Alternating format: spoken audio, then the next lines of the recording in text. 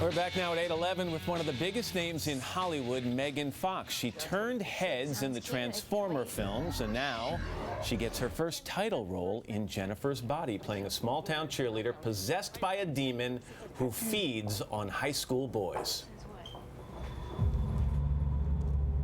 This isn't really your house, is it? No, baby. This is our house. Just for you and me. We can play mommy and daddy.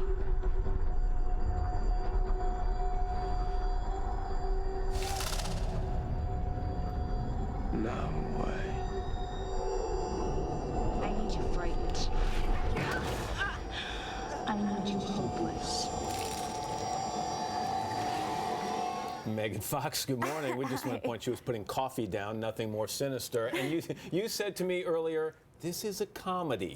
You want people to know that. You don't want them to think this is hardcore horror. Exactly. It's not. No, it's a sort of irreverent, dark comedy with some horror elements to it. But people should go into it prepared to laugh, hopefully. To snicker. So there are going to be some snickers here. You're not looking for people to come up with serious critiques afterward. Well, no, not if you're going in thinking you're going to see a slasher or a thriller. It's not that. What made you take this role? Because you're in an unusual place in your career right now. I'm sure stuck between this wild popularity that has been given to you or that you've achieved through these movies, these huge Transformers movies, and this other area where you want to be known as an actress. Right. So tell me about this role as it came along and what made you say yes to it.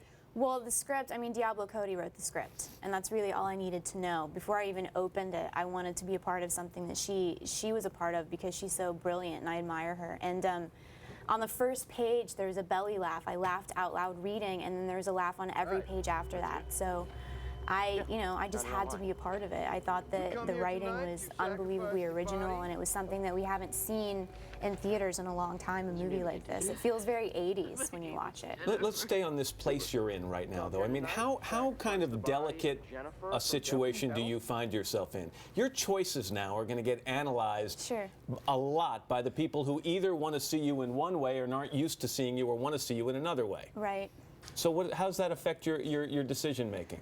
I try to just do, I mean, mainly I'm just happy that I'm working and that I'm still working and I continue to get these opportunities, but I try to make choices that are different from whatever project I was last working on, and this is definitely very unique. And then I've worked on a project since with Josh Brolin and John Malkovich, and I've been lucky enough to surround myself with extremely talented people. You have been very out front and honest about some of the movies you've done. You said acting-wise you were terrible in the first Transformers, and you said you tried very hard in the second. Does this, which is very honest, does this allow you to expand this role? Well, I think it's not about allowing me to expand because that was never the issue. I think I'm just new, you know. I'm very green still and trying to figure things out and wanting to become better. And this was definitely a more complex character for me because there's a lot going on with her and a lot going on with all the characters in the movie. So it was a lot of work.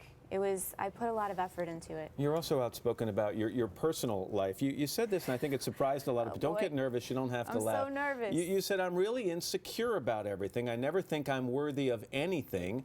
I have a sick feeling of being mocked all the time. I have a lot of self-loathing. So on the exterior, when I meet you and others meet you, they think you're pretty confident. Where does this come from?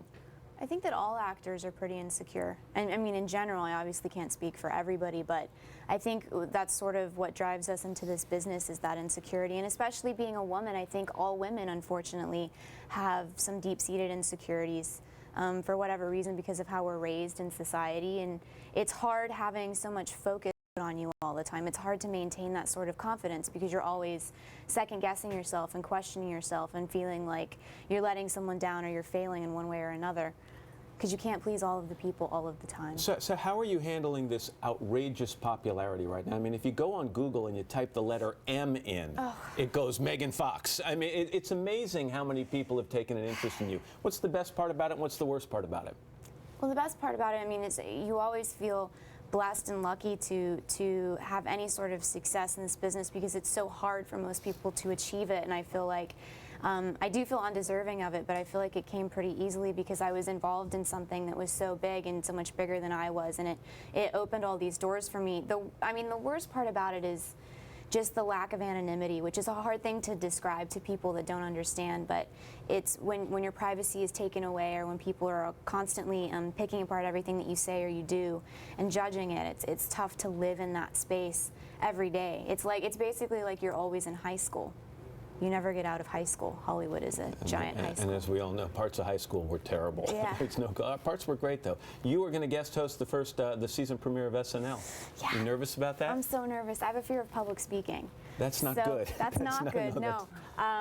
But we'll see. We'll see what happens. Obviously everybody's a huge fan of the show, and I'm a huge Andy Samberg fan, and I'm really excited to get to meet all these people and get to do something so incredible that I never thought I would get to do. Most people who've come through here about to do that say it's the scariest, best experience they ever have. Really? So good luck with it. Thank you. I hope you enjoy it. And the movie is called Jennifer's Body, and it opens on Friday. Megan, thanks very much. Thank you. Good to see you.